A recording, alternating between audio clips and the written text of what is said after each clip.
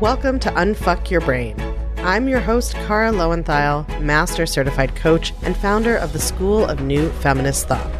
I'm here to help you turn down your anxiety, turn up your confidence, and create a life on your own terms, one that you're truly excited to live. Let's go. Hello, my chickens. So I'm going to do something a little bit different today. In the next 2 weeks, I hope you all find it useful. It was super interesting for me to go over and do. And here's where it came from. We just opened up registration for the next Clutch College and it sold out in 48 hours, which was amazing. Obviously, we'll need to do another one this year because I know some of you didn't even get to read your emails about it before that happened. But as I was answering questions and talking to my students about the event, one thing that kept coming up was that they wanted to kind of know what is the difference you can expect from doing this work over a longer period of time or in a more intense way. And it just kind of made me think about how I want all of you to know what you can expect from learning how to manage your mind. Because when I think about what makes people give up on themselves and stop trying to manage their minds, I think the number one thing is self-judgment. Right? And that self-judgment really comes from having unrealistic expectations of what managing your mind should look like, and then judging yourself for not being there yet. And so I am coming up on 5 years since I discovered this kind of thought work that my work is based on. And so I want to share with you what is different in my life and what is the same. And my hope is that these episodes will give you an idea of both what kind of unbelievable changes truly are possible with thought work and of how having unrealistic expectations can kind of stymie or block your progress. If there's one overall takeaway, I think it's a concept I've talked about before, which is as humans, we vastly overestimate how much we can get done in a day or a week, and we vastly underestimate what can happen in 6 months or a year. Right? Radical change is possible, but it's not usually radically quick, right? Overnight. And so the other thing I want you to keep in mind when you listen to what I've experienced and what has changed or not changed for me is that I have not done thought work every single day of the last 5 years. I have not had a perfect attendance record, right? I have not done every single possible worksheet I can do. I do not have a perfect morning routine. Right? It is not about perfection. It's about coming back to the practice of managing your mind over and over again, right? You don't go to one yoga class and then think like, okay, well, now I know how to do all yoga. Or you wouldn't go to yoga consistently, build up your practice, stop going, and then be shocked that you couldn't do the same things you used to be able to do, right? Managing your mind is a practice. It's a lifetime relationship with yourself and your own experience. It's not like learning algebra where once you learn it, then you know it, and then you just use it, only occasionally when you need to. It's a practice. So bear that in mind, that my results do not come from perfect practice or from just learning it once and being done. So what I'm going to do is talk briefly about kind of each major area of my life and how it's changed since I started using thought work. And so what is different, and then some things that aren't different. And in this episode, I'm going to cover money mindset, work and professional life, and kind of body image, food, movement stuff. And then next week, I'm going to talk about family, romantic relationships, social relationships, and anxiety. And then in the third episode, I'm going to talk about my relationship with myself, how I relate to the work that I'm doing on my mind now, how that's changed. So we're going to start with body image, food, and movement, which are obviously 3 very big areas. And I want to apologize to you guys. I'm a little bit sniffly today, so I'm sorry that I sound a bit stuffed up, but progress, not perfection, right? Okay, so in the kind of area of my thoughts and my actions around food and movement and how I think about my body. So 5 years ago, in 2015, I was still trying to diet and lose weight because I wanted to just finally be good enough, right? And I thought that if I just lost weight, I would finally feel good about myself and everything would work out, right? Everybody would love me. Nobody would judge me. I'd have a perfect partner. I would run marathons, like whatever kind of fantasies I had about that. But 2015, which is the year that this part of my journey started with this form of thought work, was also the year that I first discovered the idea of body positivity and anti-diet culture. So in 2015, I had started to hear about these things, but they hadn't really sunk in yet. And so I still really hated my body. I thought about my weight and my body and what I was eating and losing weight and how and when and making elaborate plans I didn't carry out and always vowing to start again on Monday, right? That was just a never-ending refrain in my mind. And I was constantly mentally living in this fantasy future where I had a totally different body and everything was perfect. And meanwhile, in reality, I was still binging and purging because I was restricting both mentally and physically. And I was very angry at my body also, both for how it looked and how it felt, and then what it could or couldn't do because of chronic pain. And I did a lot of work on the appearance elements first, and I'm still working on some of the kind of chronic pain in relationship to my body and its limitations. But what I can see now looking back is that I just had so many expectations about what my body should or shouldn't look like and should or shouldn't be able to do and should or shouldn't feel like. And really, just like your relationship with anyone else, your relationship with your body is so hamstrung by all of those expectations that you kind of create out of nowhere, or society teaches you, or you just decide should be the case. And then you're constantly measuring it against these expectations that it can't live up to. And then you feel betrayed or deprived or angry. And so that's really the place I was in. I thought about my body all the time and it was almost all negative. And I had a constant running tally in my head of what I'd eaten and if it was too much, if I'd been bad, if I'd been good, what life would be like when I lost weight. Ironically, I was the kind of lowest weight of my adult life because I'd been trying to lose weight for years and, a little bit successfully over a long period of time. So now it's 2020. I weigh quite a bit more than I did in 2015. Like a lot of people, I gained weight when I stopped artificially restricting and dieting. I don't weigh myself, so I don't know how much more, but I'm several clothing sizes bigger. And yet I feel infinitely better about my body. I don't criticize my body to myself anymore about its appearance at all. And I'm still working on and getting a lot better about not having negative thoughts about how it feels, like about pain or about how it works, the things it can or can't do. I really rarely think about what I'm eating or what I weigh or how I look in a negative way. I think my body is gorgeous and sexy and beautiful, and I have a lot more appreciation for the way that it nourishes and carries me through the world.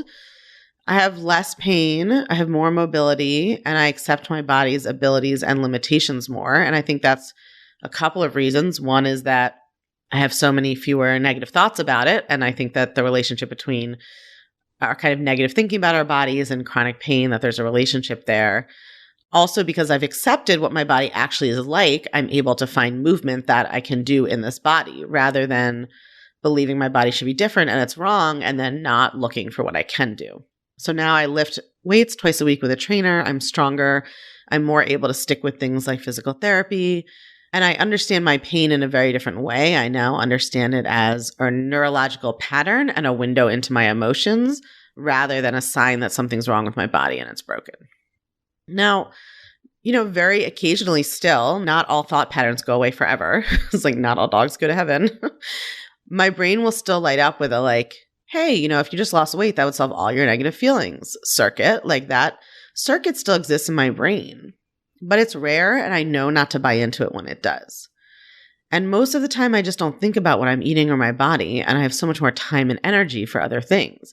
But I say that to you because I will hear people kind of talking about it like something has gone really wrong if an old thought comes up. And you just have to think it's like your brain's old circuits, they're like unused railroad tracks, right? They might be overgrown with vegetation or whatever, but sometimes one of them lights up. Sometimes a train tries to go down one. Maybe because you're stressed or you have some other strong emotion you don't know how to deal with, and your brain is just rummaging around back there. What's the solution? What's the solution? How do I get rid of this upset or stress or pain? Oh, I know. Here's this old track. Let me try playing that. Right? So sometimes you work through a thought pattern and it goes away forever, but sometimes it just occasionally and almost randomly will light up. And that doesn't mean that anything went wrong. You just are oh, whoops, we gotta shut off the electricity to that track. Back over here is what we're thinking. And at the same time, so That occasionally still happens, but I have so much more time and energy for other things because I don't have the constant soundtrack in my brain about what I ate and was it too much or was it too little or like how many calories or how many fat grams or how many carbs or whatever, right? And I'm not spending all this time thinking about how do I look compared to other people or how I used to look or how my clothes fit, right? Just that constant inner monologue. That's what's allowed me to like build a business and coach myself in all these other areas that we're going to talk about and sort of have all of the mental energy for that. I started with body image and I kind of think it makes sense because that's something that women are socialized to spend so much time thinking about. At the same time, like I mentioned, I'm still working through some of these patterns in a more subtle way, like related to how my body feels and can move, related to how different foods feel in my body and making decisions about that. I'm just like learning how to relate to my thought patterns around restriction and choice and what's quote unquote, switching from good, bad to what feels certain ways in my body. I'm still navigating that and working on it. And I expect I will continue to because I think that there are multiple layers of all of these thought patterns, right? And it's like the same way that I always say, like the way you do one thing is the way you do everything. Like your thought pattern about scarcity and money will often be the same as your thought pattern about scarcity and family love or dating or something else. If I've been practicing thoughts for years that like some foods are good or bad, or that my body isn't good at doing certain things, I'm going to work through those on one level. And then I'm not going to be surprised when I see, an echo of them at a more subtle level in another way. It's not going to be as intense or extreme. The emotion's not nearly as intense. It doesn't disrupt my life as much. It's a much smaller kind of movement on the scale. But they're still there, and that doesn't mean that anything has gone wrong. So that is food, movement, body image. So now I want to talk about work. In 2015, I was still in legal academia. I was running a think tank at Columbia Law School, and my plan had been to go on the market as a law professor, right, to get a law professor job. I had done a couple of fellowships. But around this time in 2015 is when I decided to attend coach certification. But I still couldn't say I wanted to be a life coach with a straight face. I had a lot of drama about what other people would think. I was still very attached to having this prestigious mainstream career and all the intellectual capital of saying that's what I did. And my big crazy goal was to replace my salary from the think tank, which was $150,000, which was actually quite high for academia. My big goal was to replace that in my first 3 years in business. Like that was my plan, which we'll talk about in a minute, how hilarious that is. But I was constantly thinking about how I should work better or differently or more or harder. When I wasn't thinking about my body, I was thinking about how I wasn't good enough at my job. I wasn't organized enough. I procrastinated too much. I didn't get enough done. I wasn't productive. I wasn't smart enough. All of that. If I could do something in half the time that someone else did it and it was good, I still thought that didn't count somehow and that I should put in double the time and make it amazing, right? It was very all or nothing. Everything should be an A+. Everything should be perfect. I basically believe that if it wasn't hard, it didn't count, right? Like work had to be hard. And if it wasn't hard, it didn't count. But then I made it really hard for myself and then I didn't want to do it. So I had like a little perfect system there. I also didn't think that I had original ideas, either in law or in coaching, really. I kind of couldn't imagine how I could ever come up with something new. Like I thought all the good ideas had been done already. It's hilarious now when I think about it. But I really believed this, that all the good ideas had been done in law or coaching, right? And so although I wanted to be a coach, I couldn't imagine that I would ever be kind of prominent or have a big following or come up with something new to teach people. I took any feedback on my ideas or work extremely personally. I had really intense imposter syndrome and anxiety around it, and I couldn't handle even like a few people I knew well critiquing my work. So I was basically just very anxious, procrastinating a lot, and despite having a career that looked like I'd accomplished all on the outside, I was constantly discounting it and disclaiming it and sort of excusing away my success and blaming it on, giving the credit for it to people outside of me or other things outside of me and never believing that I was contributing something special. If you worry about what other people are thinking about you, you are not going to want to miss this free training I'm doing called, very relatedly, how to stop caring what other people think about you. It's fine to want to get along with folks, to want people to have generally a good opinion of you. It's totally human and natural. But we all know that for many women, the fear of what other people think about them can end up becoming all consuming, and it can really disrupt our self-esteem, our self-confidence, and our relationships with other people because we can't show up authentically and connect intimately and do our best work when we are constantly worried about what other people are thinking. So I am teaching this brand new free training, and it's easy to join us. All you need to do is go to unfuckyourbrain.com/caring or text your email to +1 347 997 1784, and the code word is caring.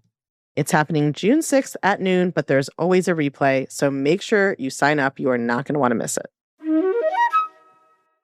Now, 5 years later in 2020, I'm running a multi-million-dollar business, and I truly believe that I am a great coach who is changing people's lives by teaching them this work.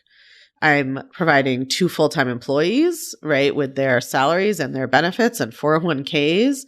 And when I think back to my goal I had of making a whole $150,000 in my 3rd year, in reality, what happened is that I made $200,000 in my 2nd year, and then I made $1 million in my 3rd, and then $2 million in my 4th. In a funny way, I think some of the positive things are the same as they were in my past career. I'm still mission driven. I still believe in being of service. I still do my work from that place of what can I contribute to the world? What do I have to teach and help people? And I'm still focused on liberating women from all of the kind of oppressive impacts of patriarchy, but now I just do it based on the inside instead of the outside.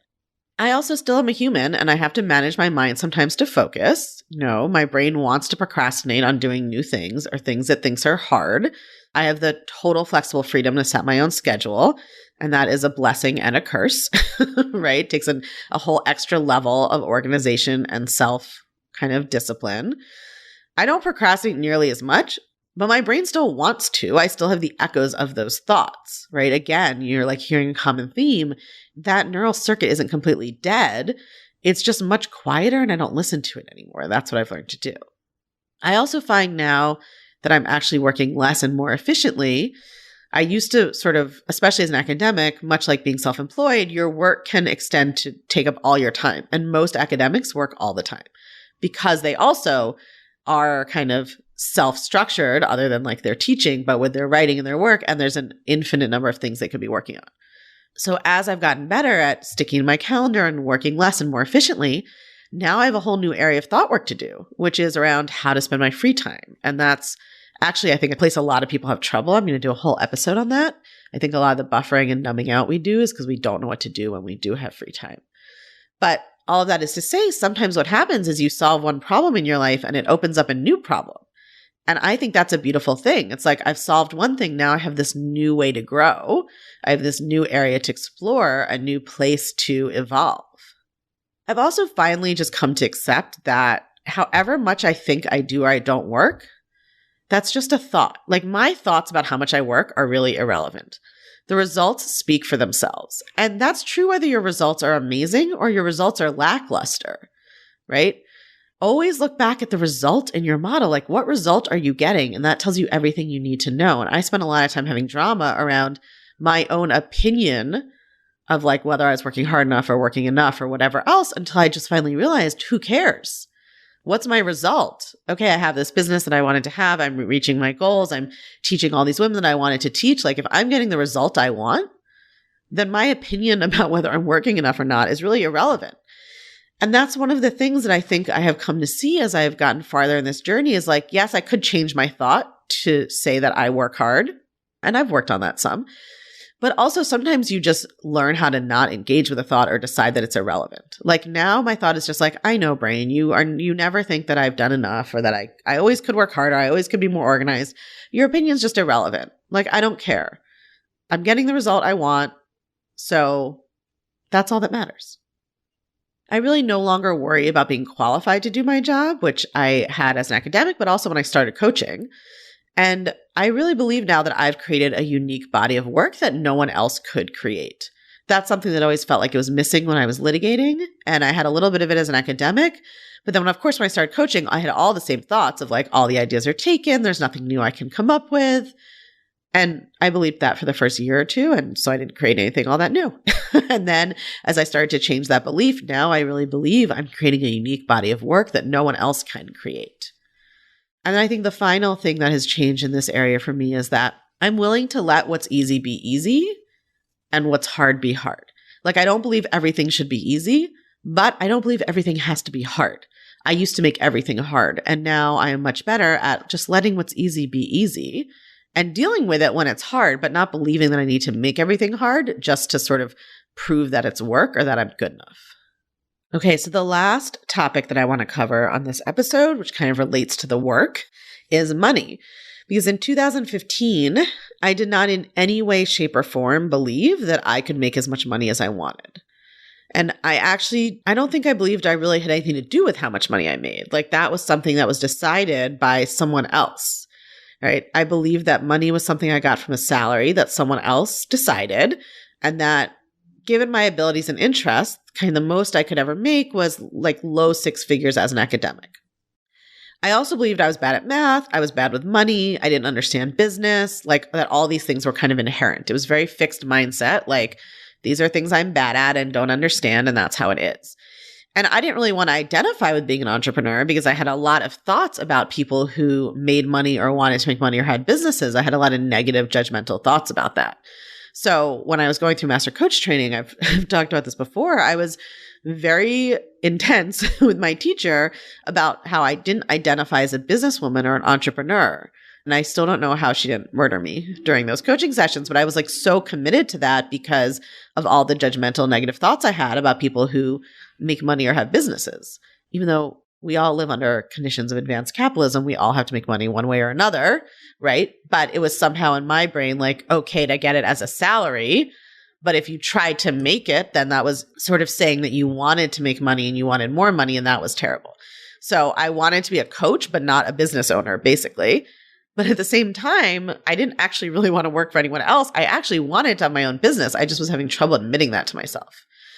And then I think I still also believed that making money meant that I was like that if someone paid me for coaching, I was taking their money. Like, that was their money and I was taking it, and there was something negative in that. Like, they had less than when they started and I had more, and that was a problem. So 5 years later, in 2020, I fully identify as a business owner and entrepreneur. I believe that I can create money easily and that money flows to and from me easily.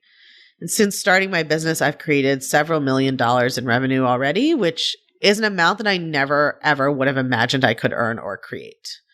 I really believe now that making money is easy and that all I need is my mind.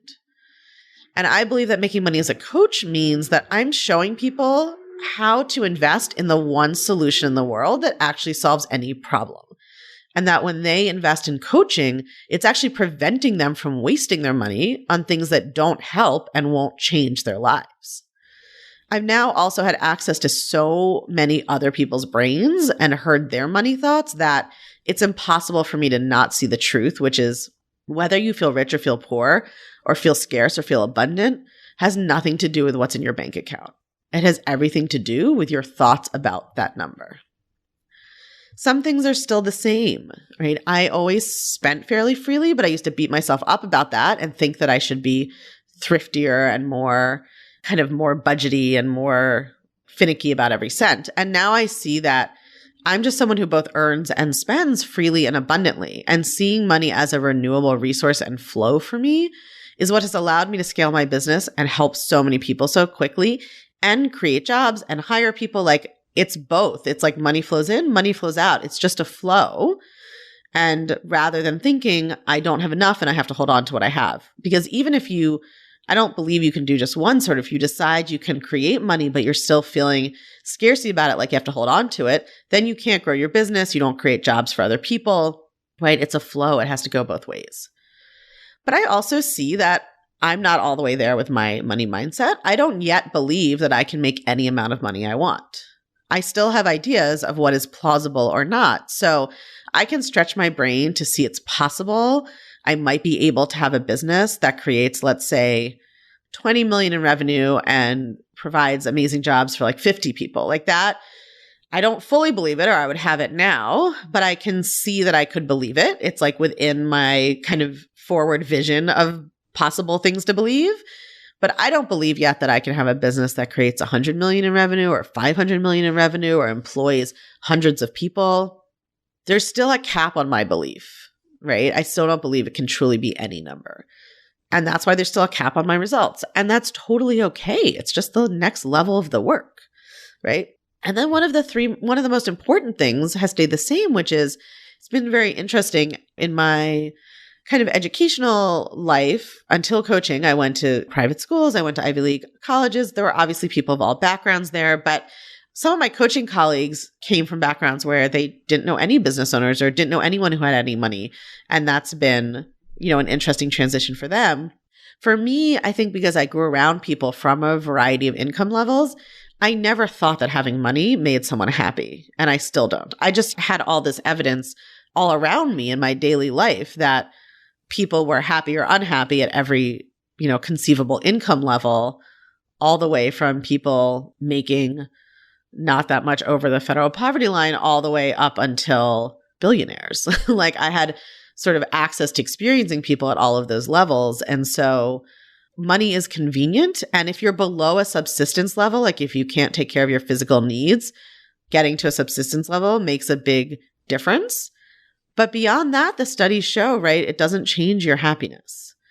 And I just think I never believed it did. So that has not been a big shift for me. Like I always saw that people were happy or unhappy, either separate from their money or even about their money at all different levels. And it really had to do with how they thought about it. And that's still the same. That's only proved to be more true to me now that I have access to hundreds of thousands of people's thoughts about money.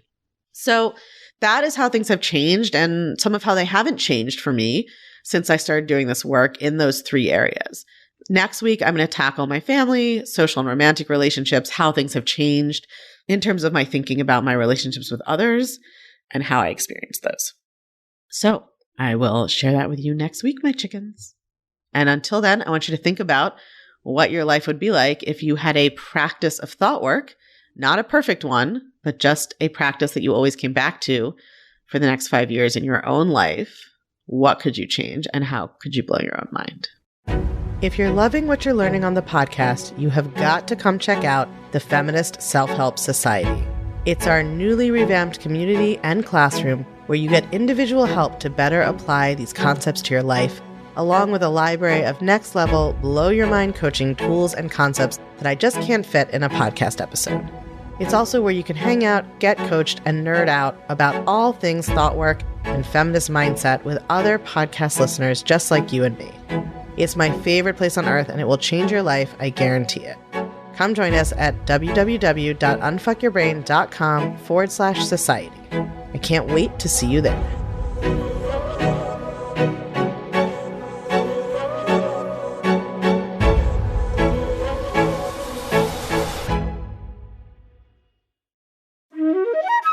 Don't forget, I am teaching my brand new, totally free training, How to Stop Caring What Other People Think, on Friday, June 6th at noon.